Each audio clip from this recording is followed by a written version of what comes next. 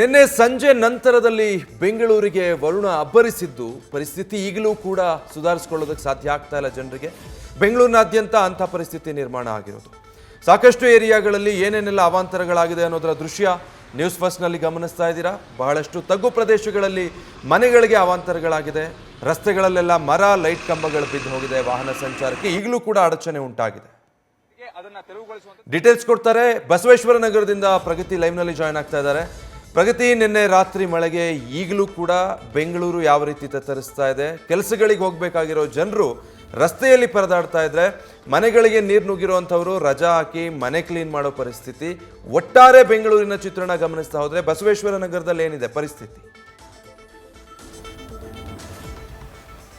ವಿಜಯ್, ಇಡೀ ಅಂದ್ರೆ ಬೆಂಗಳೂರಿನ ಚಿತ್ರಣದಲ್ಲಿ ಬಸವೇಶ್ವರ ನಗರದಲ್ಲೇ ಅತಿ ಹೆಚ್ಚು ಮರಗಳು ಬಿದ್ದಿರುವಂತದ್ದು, ಅತಿ ಹೆಚ್ಚು ಸಮಸ್ಯೆ ಆಗಿರುವಂತದ್ದು ಅಂತ ಹೇಳ್ಬೋದು. ಸದ್ಯ ನಾನೀಗ ಬಸವೇಶ್ವರ ನಗರದ ಶಿವನಗರದ ವಾರ್ಡ್ ನಲ್ಲಿದ್ದೀನಿ. ಇಲ್ಲೂ ಕೂಡ ಮನೆಯ ಮೇಲೆ ಮರ ಬಿದ್ದಂತಹ ದೃಶ್ಯಾವಳಿಗಳು ಕಾಣಸಿಗ್ತಾ ಇದೆ. ನೀವೀಗ ದೃಶ್ಯದಲ್ಲೇ ಗಮನಿಸ್ತಾ ಇರಬಹುದು. ಇದು ನಿನ್ನೆ ಸುಮಾರು ಒಂದು ಸಂಜೆ 7 ಗಂಟೆಯ ಹೊತ್ತಿಗೆ ನಡೆದಿರುವಂತಹ ಘಟನೆ. ಸಂಜೆ ಸುಮಾರು ಸಾಕಷ್ಟು ಗಾಳಿ ಮಳೆ ಬರ್ತಾ ಇರುತ್ತೆ, ಬಿರುಗಾಳಿ ಸಿಕ್ಕಾಪಟ್ಟೆ ಬರ್ತಾ ಇರುತ್ತೆ. ಬಂದಂತಹ ಗಾಳಿಯ ಎಫೆಕ್ಟಿಗೆ ಸರಿ ಇದ್ದಂತಹ ಅಂದ್ರೆ ಹಸಿ ಮರ, ಅಂದ್ರೆ ಇನ್ನೂ ಅದು ಒಣ ಮರ ಆಗಿರ್ಲಿಲ್ಲ, ಹಸಿ ಮರವೇ ಸೀದಾ ಮನೆಯ ಮೇಲ್ಗಡೆ ಹೋಗಿ ಬಿದ್ದು ಬಿಡುತ್ತೆ. ನೀವೀಗ ದೃಶ್ಯದಲ್ಲೂ ಕೂಡ ಗಮನಿಸ್ತಾ ಇರಬಹುದು. ನೇರವಾಗಿ ಬುಡ ಸಮೇತ ಬೀಳುವಂತಹ ಮರ ನೇರವಾಗಿ ಮನೆಯ ಮೇಲೆ ಹೋಗಿ ಬಿದ್ದು ಬಿಡುತ್ತೆ.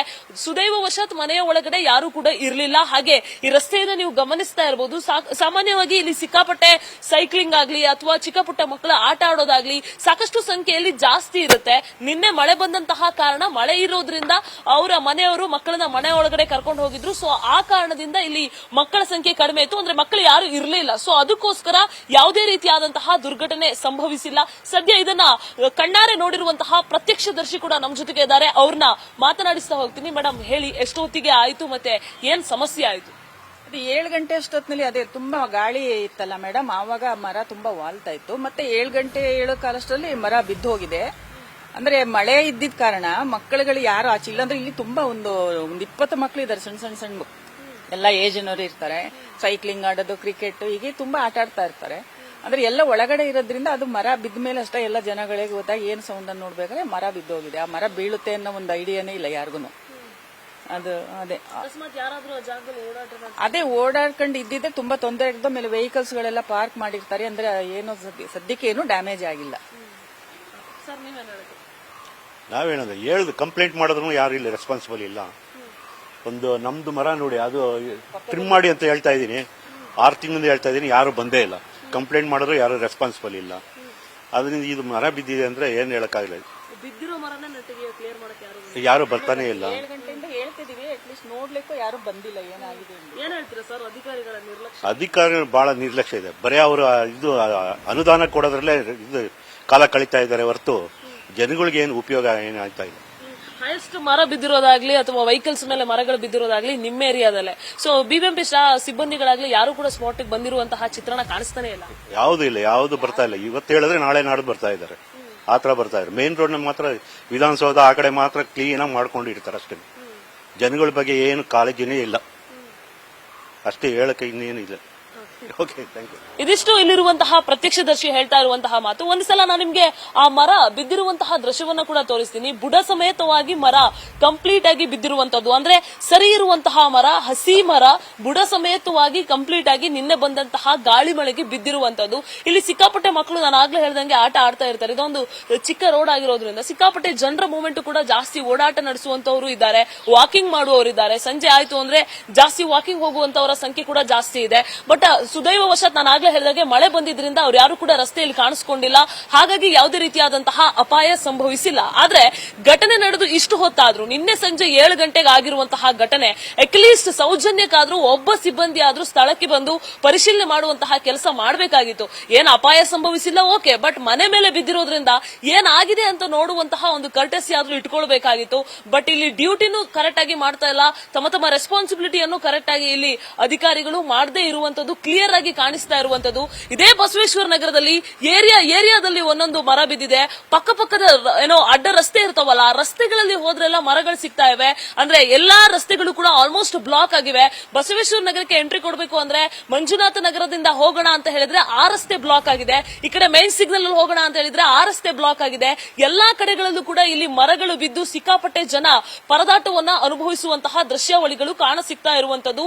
ಅಟ್ಲೀಸ್ಟ್ ನಿದ್ದೆ ಕಣ್ಣಲ್ಲಿರುವಂತಹ ಅಧಿಕಾರಿಗಳು ಈಗಲಾದ್ರೂ ಎಚ್ಚೆತ್ತುಕೊಂಡು ಏನಾಗ್ತಾ ಇದೆ ಅಂತ ಪರಿಶೀಲನೆ ಮಾಡಬೇಕಾಗಿರುವಂತಹ ಪರಿಸ್ಥಿತಿ ಇರುವಂತಹದ್ದು. ವಿಜಯ್, ಓಕೆ ಪ್ರಗತಿ. ಸೊ ಹೀಗೆ ಜನ ಎದ್ದು ಮತ್ತೆ ಜೀವನ ಆರಂಭಿಸಿಬಿಟ್ಟಿದ್ದಾರೆ.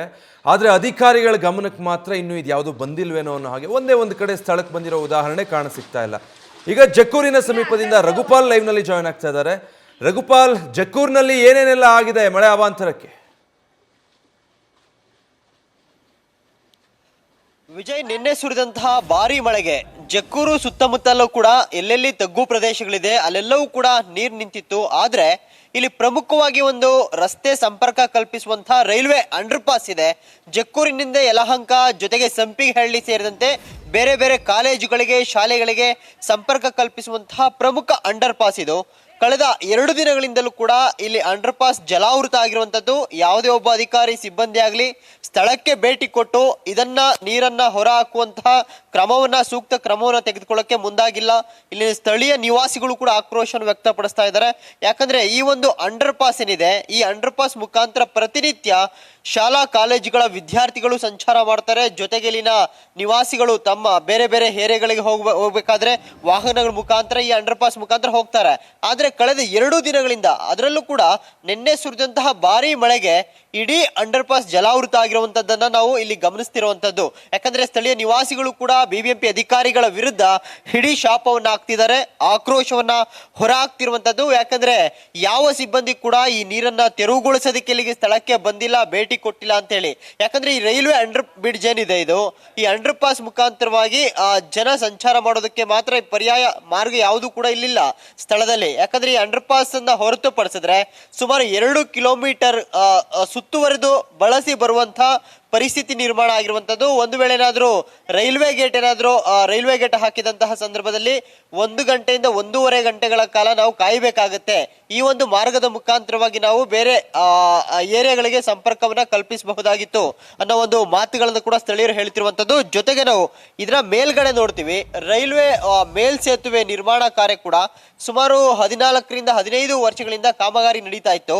ನಾವು ಮೇಲ್ಗಡೆ ನೋಡಬಹುದು ರೈಲ್ವೆ ಬ್ರಿಡ್ಜ್ ಏನಿದೆ, ಈ ರೈಲ್ವೆ ಬ್ರಿಡ್ಜ್ ಕೂಡ ಕಂಪ್ಲೀಟ್ ಆಗಿಲ್ಲ. ಕಳೆದ 14-15 ವರ್ಷಗಳಿಂದ ರೈಲ್ವೆ ಬ್ರಿಡ್ಜ್ ನೆನೆಗುದಿಗೆ ಬಿದ್ದಿದೆ. ಈ ಕಾರಣಕ್ಕೋಸ್ಕರವಾಗಿ ಅದು ಏನು ಕಾಮಗಾರಿ, ಇದು ದೊಡ್ಡ ಕಾಮಗಾರಿ, ಅದು ಕಾಮಗಾರಿ ನೆನೆಗುದಿಗೆ ಬಿದ್ದಿದೆ ಅನ್ನೋ ಕಾರಣಕ್ಕೋಸ್ಕರವಾಗಿ ಬಿಬಿಎಂಪಿ ಅಧಿಕಾರಿಗಳು ಪರ್ಯಾಯ ಮಾರ್ಗವಾಗಿ ಒಂದು ಅಂಡರ್ ಪಾಸ್ ಅನ್ನ ನಿರ್ಮಾಣ ಮಾಡಿಕೊಟ್ಟಿರ್ತಾರೆ. ಆದ್ರೆ ಪ್ರತಿ ಬಾರಿ ಮಳೆ ಬಂದಂತಹ ಸಂದರ್ಭದಲ್ಲಿ ಈ ಅಂಡರ್ ಪಾಸ್ ನ ಪರಿಸ್ಥಿತಿ ಈ ರೀತಿಯಾಗಿ ನಿರ್ಮಾಣ ಆಗುತ್ತೆ. ಇದೇ ಕಾರಣಕ್ಕೋಸ್ಕರವಾಗಿ ಸ್ಥಳೀಯರು ಬಿಬಿಎಂಪಿ ಅಧಿಕಾರಿಗಳ ವಿರುದ್ಧ ಆಕ್ರೋಶವನ್ನು ಕೂಡ ವ್ಯಕ್ತಪಡಿಸ್ತಾ ಇದ್ದಾರೆ. ಒಂದು ಕಡೆ ಆ ಮೇಲ್ಸೇತುವೆ ನಿರ್ಮಾಣ ಕಾಮಗಾರಿ ನೆನೆಗುದಿಗೆ ಬಿದ್ದಿದ್ರೆ, ಮತ್ತೊಂದು ಕಡೆ ಅಂಡರ್ ಪಾಸ್ ನ ಪರಿಸ್ಥಿತಿ ಈ ರೀತಿಯಾಗಿರುವಂತದ್ದು, ಜಲಾವೃತ ಆಗಿರುವಂತದ್ದು. ಇಲ್ಲಿನ ಸ್ಥಳೀಯ ನಿವಾಸಿಗಳು ಬೇರೆ ಏರಿಯಾಗಳಿಗೆ ಹೋಗಲಾರದಂತಹ ಪರಿಸ್ಥಿತಿ ನಿರ್ಮಾಣ ಆಗಿದೆ.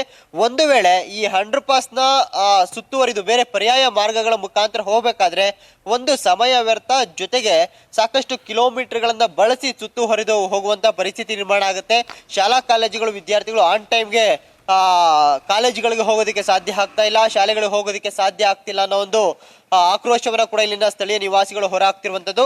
ಜೊತೆಗೆ ವಾಹನ ಸವಾರರು ಕೂಡ ಬೆಳಗ್ಗಿನಿಂದಲೂ ಕೂಡ ಸಾಕಷ್ಟು ಸಂಖ್ಯೆಯಲ್ಲಿ ಕಾರುಗಳ ಮುಖಾಂತರವಾಗಿ, ಬೈಕ್ಗಳ ಮುಖಾಂತರವಾಗಿ ಅವರಿಗೆ ಮಾಹಿತಿ ಇಲ್ಲ ಈ ಒಂದು ಅಂಡರ್ ಪಾಸ್ ಜಲಾವೃತ ಆಗಿದೆ ಅಂತ ಹೇಳಿ ಇಲ್ಲಿಗೆ ಬರ್ತಾರೆ, ವಾಪಸ್ ರಿಟರ್ನ್ ಹೋಗುವಂತಹ ಇಲ್ಲಿ ಪ್ರಮೇಯ ಇಲ್ಲಿ ಸೃಷ್ಟಿಯಾಗಿರುವಂತದ್ದು. Vijay, thank you Raghupal.